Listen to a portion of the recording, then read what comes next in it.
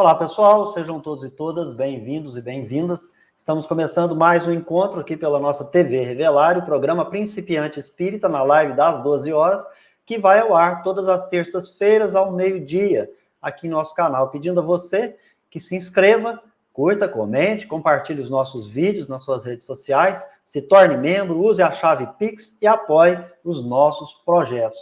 Estamos aqui para mais um encontro com o tema Vocabulário Espírita, da obra Instruções Práticas sobre as Manifestações Espíritas, que nós estamos estudando aqui em nosso canal, uma obra magnífica, magistral, e tem aqui ao meu lado Lauro Rodrigues. Bom dia, bem-vindo, Laurinho.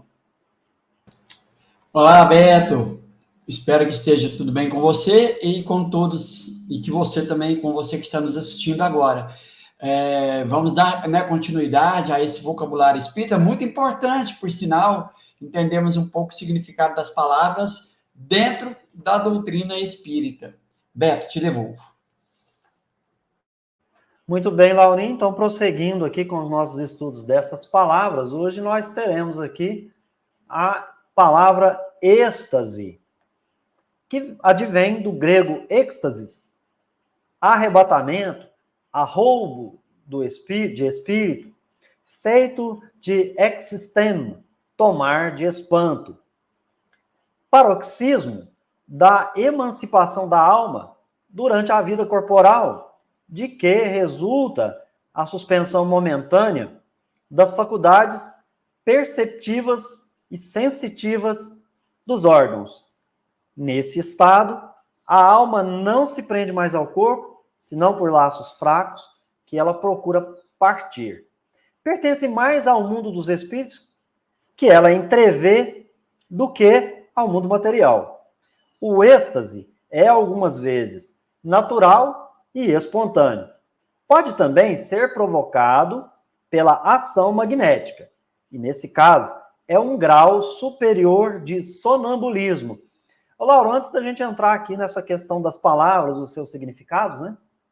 É interessante notar aqui que nós estamos num campo bastante fértil, que, como você estuda aí o livro dos médiuns, a maneira de nós reconhecermos a faculdade daqueles que são os chamados médiuns. E aí, a gente entendendo essas palavras e os seus significados, a gente vai ter aí uma maneira também de investigar se a pessoa é de fato médium, se não é, porque uma das coisas que a gente precisa falar no nosso meio é que existem pessoas que elas podem até estar no estado de exaltadas, mas não no estado de êxtase, né? Que expressões distintas. E por isso os espíritos falaram, né? Entendei-vos quantas palavras, Lauro Rodrigues.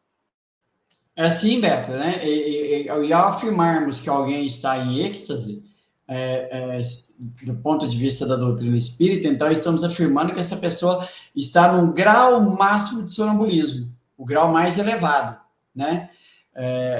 Quando a alma, então, ela entrevê algo a mais, ou seja, ela vai até, segundo, né, nós vamos estudar no livro dos Espíritos, quando vai tratar do sonambulismo, dos sonhos, que a alma vai até a mundos superiores, né? E então, essa alma, muitas das vezes, é preciso chamar o sonâmbulo, despertá-lo para que o espírito retorne, né? Por assim dizer, ao corpo, que, como nós lemos aqui, está ligado, assim, por laços muito frágeis. E o espírito, então, entrevendo esse mundo melhor, né, por assim dizer, ele tenta romper esses laços, né? Então, o êxtase, para a doutrina espírita, não é simplesmente assim, a pessoa está no estado elevado de transe, não, é algo mais profundo que isso. Tanto é que vai dizer, né, que a suspensão momentânea das atividades dos órgãos. O corpo está num estado praticamente de catalepsia, para que o espírito possa ganhar mais liberdade, então percorrer maior distância. Mas Kardec adverte, tem que tomar muito cuidado com o que o sonâmbulo diz, que muitas das vezes ele não compreende o que está vendo, ou pode estar sob assédio de um espírito inferior. Beto. Interessante você dizer isso, Laurinho, porque talvez são filigranas, são instruções, advertências que poucos consideram, né? A gente tem uma tradição, se é que eu posso me referir dessa maneira, no Espiritismo, como ele acaba sendo praticado aqui no Brasil, e aí a gente até vai dizer que não se trata de Espiritismo, mas para que as pessoas possam nos entender melhor, né? Então, essa prática no nosso país, ela considera muito o que o médium, no uso das suas faculdades, está falando, e aí se aceita sem fazer uma investigação mais adequada. Eu digo, aceita na fé cega, por palavra. Toma aquilo que está dito como algo que é uma lei, pronto, acabou, fulano falou. Ou quando é a comunicação do espírito, também não questionar. A gente tem centros que nós já participamos das atividades em que é proibido questionar o médium ou o espírito.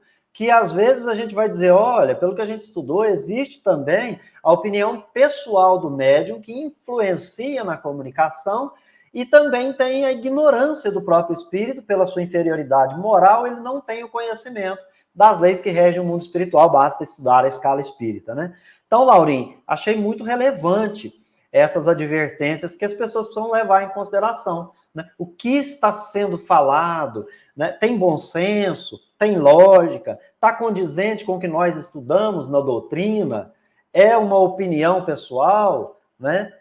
Olha, Laurim, eu vou te falar que eu já ouvi dizer que no centro que eu estava participando, algumas pessoas disseram assim, não, tem muito ectoplasma e os espíritos pegam uns baldes e colocam o ectoplasma no balde. É o balde espiritual, né, Laura? E um ectoplasma espiritual. E é muito estranho, Laura. Assim, isso fere. Obviamente, eu sou muito criterioso para não ser leviano. Então, eu não quero dizer assim, você está mentindo. Não quero dizer isso. Eu quero dizer que fere a minha sensibilidade no sentido de não é razoável, não é proporcional, não tem bom senso. E a minha boa fé, ela vai até certo ponto. E eu não passo daquele ponto. Pode ser um defeito? A gente já foi chamado até de radical, né, Laura? Porque a gente não acredita em tudo e em todos. Então, nesse sentido aí, fica aí as minhas dúvidas, as minhas angústias aqui, que eu coloco para vocês. Laura, no português, o êxtase, ele significa estado de quem se encontra como que transportado para fora de si e do mundo sensível, por efeito de uma exaltação mística ou de sentimentos muito intensos de alegria, de prazer, de admiração, de temor, medo, temor reverente, medo, né?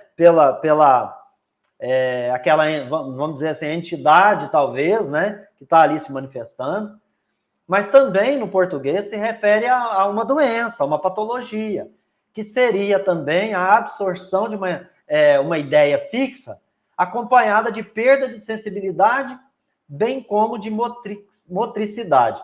Como a gente já falou aqui no nosso vocabulário espírita, e também aqui nós temos essa origem no português, a etimologia do século XIV, do grego êxtasis, deslocamento, movimento para fora, e também para perturbação mental determinada por terror, por assombro, por cólera. Pelo latim tardio, êxtasis, né? Melhor que êxtasis, e mais ainda do que êxtasis. Então, é só o pessoal procurar aí que vai entender. Então, semelhantes à absorção, absorvimento, arrebatamento, arroubamento, arroubo e etc. Então, essa seria a primeira questão que a gente está trazendo da expressão êxtase em português. A gente também trabalhou com a palavra arroubo, que significa ato ou efeito de arroubar, arroubamento, enlevo, êxtase. O semelhante seria o arrebatamento, né? Então, arroubar seria tornar-se arrebatado, extasiado, enlevado ou assombrado. Depois, a gente, então, vai para o significado do arrebatamento, né? O que significa o arrebatamento, o seu significado. E aqui eu tenho ato ou efeito de arrebatar-se, comportamento precipitado, inconsiderado, uma sensação de êxtase, de enlevo, de arroubo e de arroubamento. Também um furor incontrolável, pode ser uma exaltação e pode ser até a ira.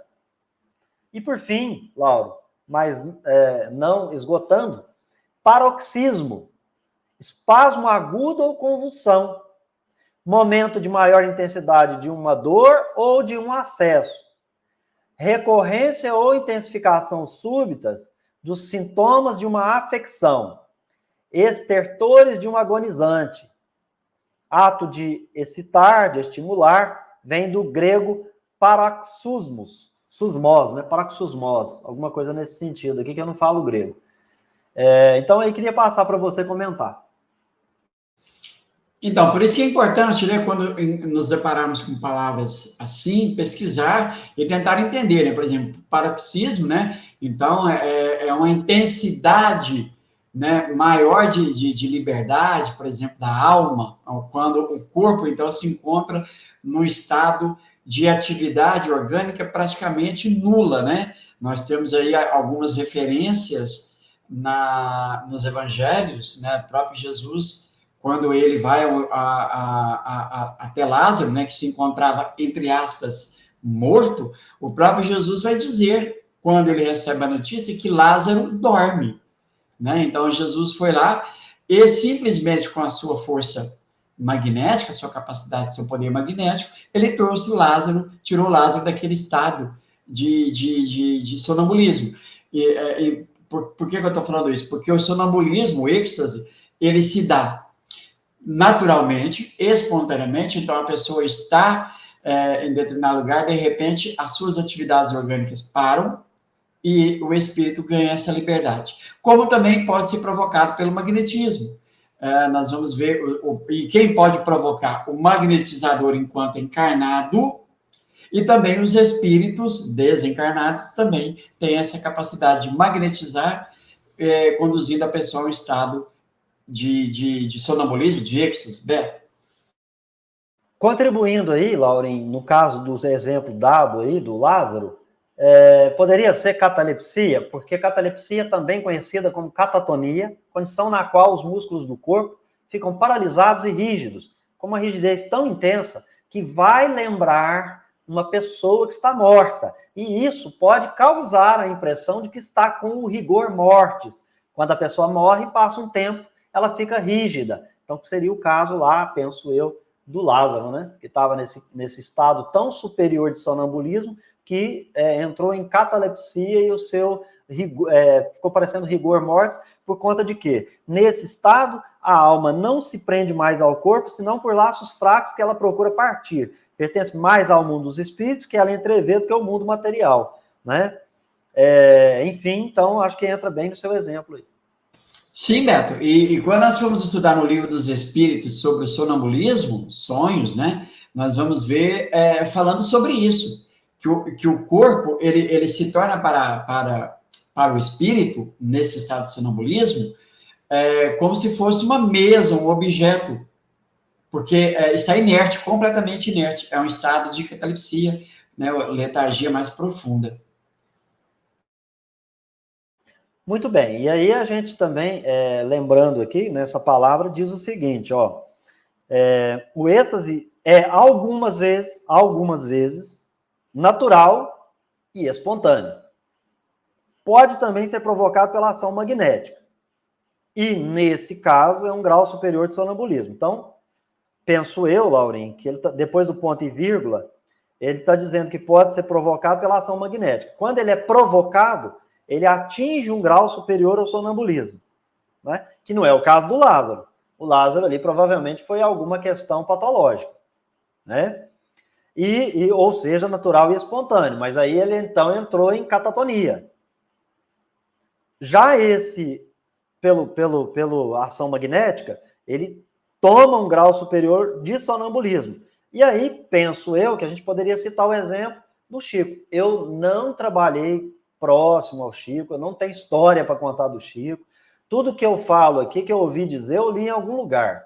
Então, tudo é alguma conjectura, opinião pessoal daquilo que eu ouvi dizer. Então, como eu não estive próximo, pelo que nos contam, parece que o Chico era um desses que conseguia natural e espontaneamente entrar no estado em que ele poderia se tornar um médium mais maleável à ação dos espíritos, né?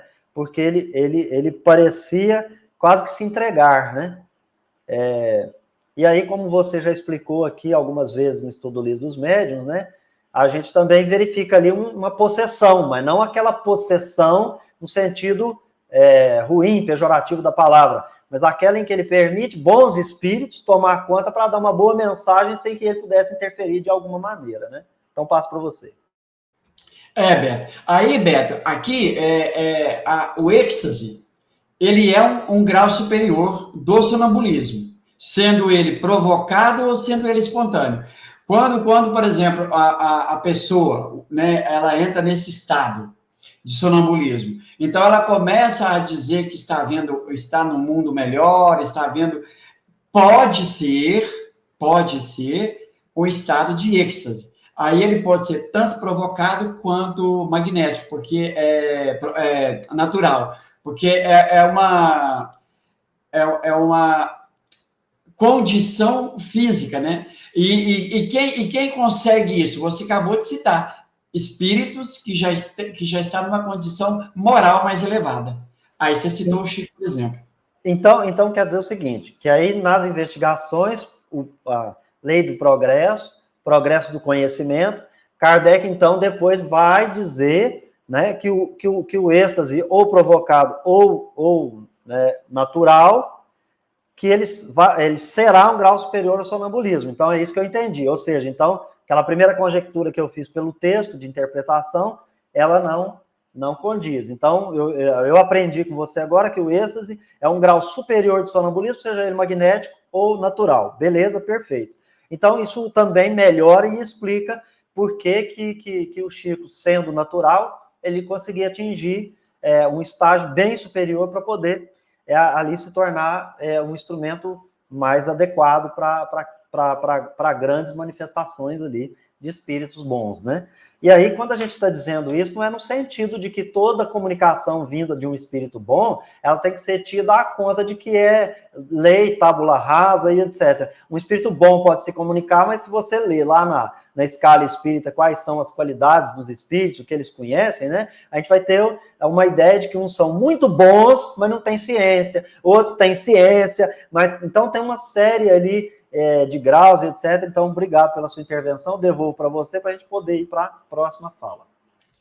Beto, e o que é interessante, porque quando nós falamos então em sonambulismo, todas as vezes, então, mas os fenômenos de tangibilidade, aparição tangível, está ligado ao sonambulismo, porque a criatura, ou a pessoa, ela entra em inatividade orgânica, e aí, por causas que a gente desconhece, esse espírito ganhando liberdade, ele vai em determinado lugar e se apresenta, e as pessoas podem até tocar. Foi o caso, por exemplo, de Santo Antônio de Pádua e de Afonso Ligório, que está contido em O Livro dos Médiuns. Então, se a gente entender que sonambulismo é um estado em que o espírito ganha uma liberdade maior e que o êxtase é esse sonambulismo, porém superior, a gente já começa a ter uma ideia mais clara. Mas lembrando, não podemos aceitar cegamente o que um sonâmbulo fala sem passar por uma pesquisa muito profunda, que ele pode estar equivocado ou sendo,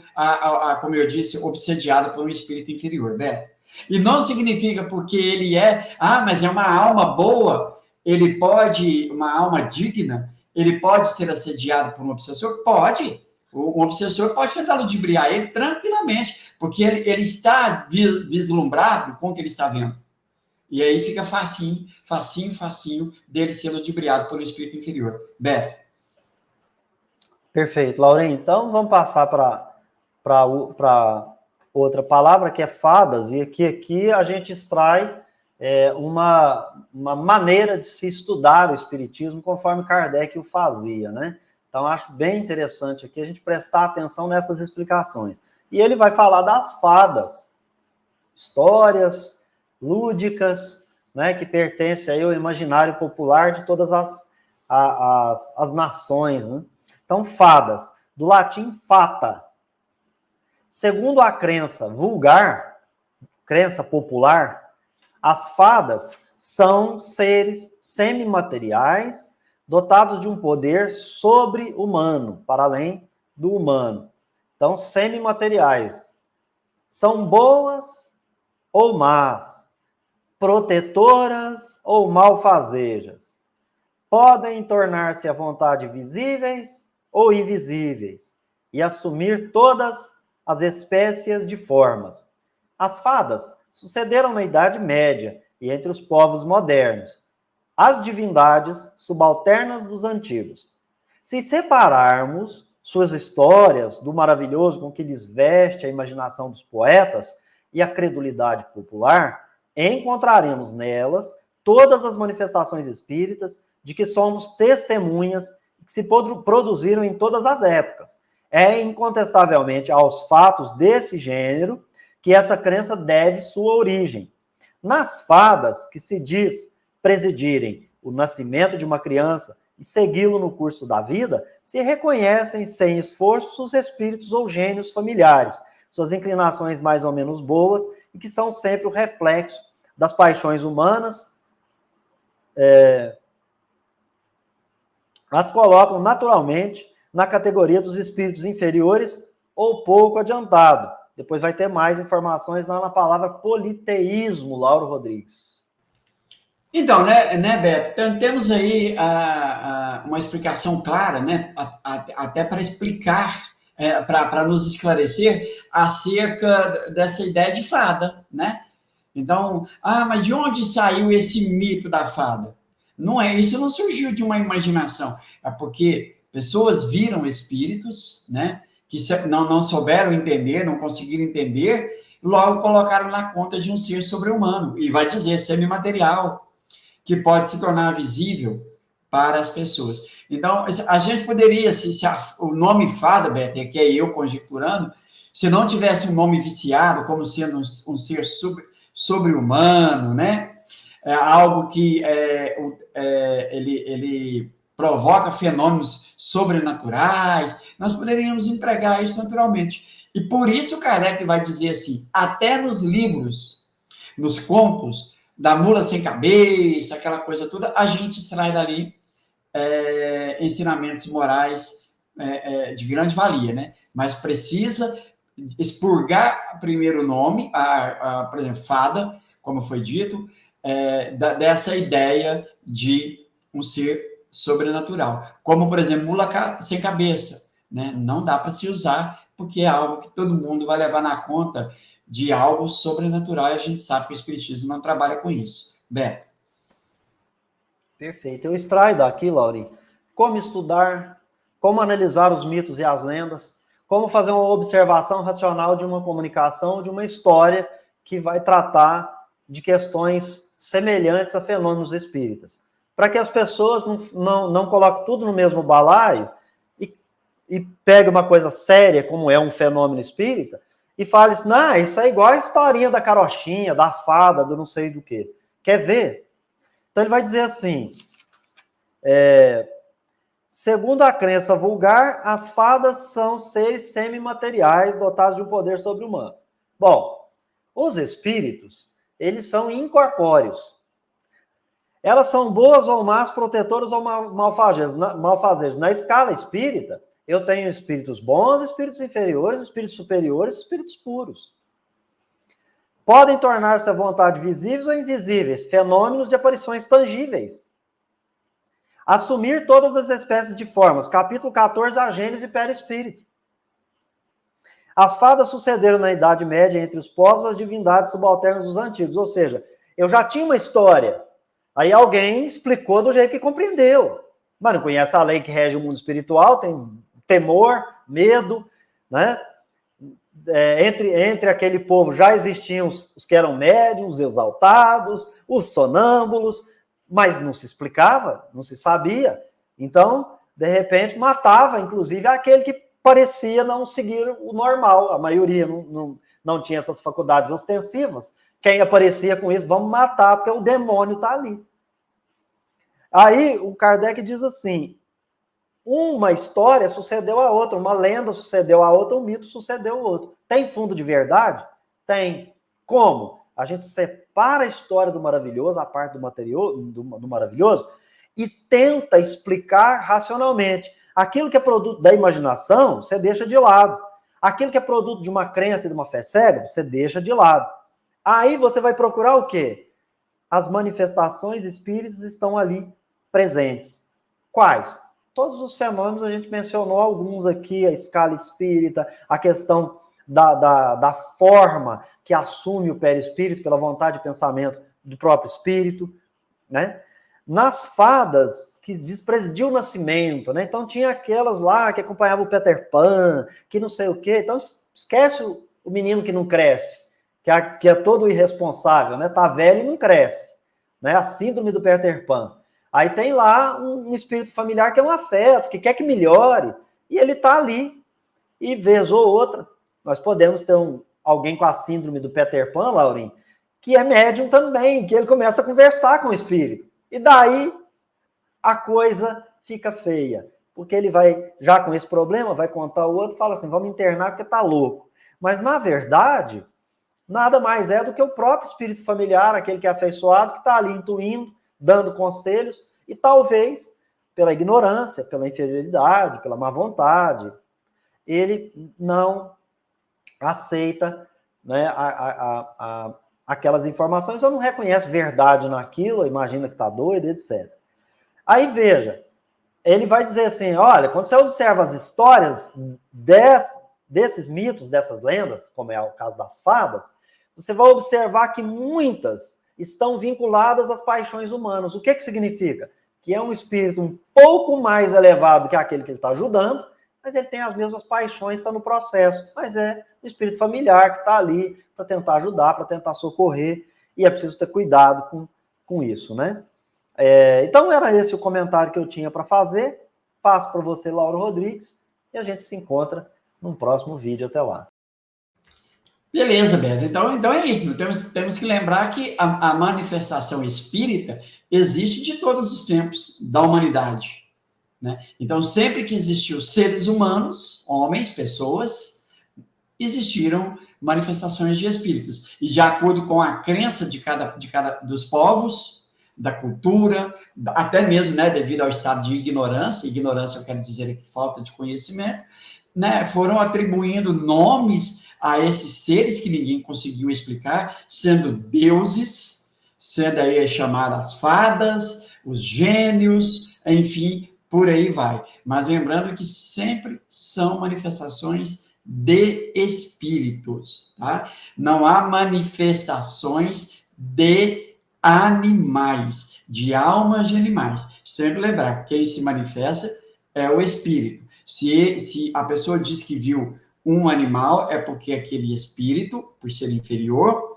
ele imprimiu uma forma no seu perispírito, né, de uma parte do seu perispírito, para assustar, para, né, amedrontar a pessoa, pela falta do conhecimento. Mas é isso. Então, sempre são manifestações dos espíritos. Pessoal, muito obrigado. Nos vemos aí no próximo vídeo. Muita paz e luz a todos.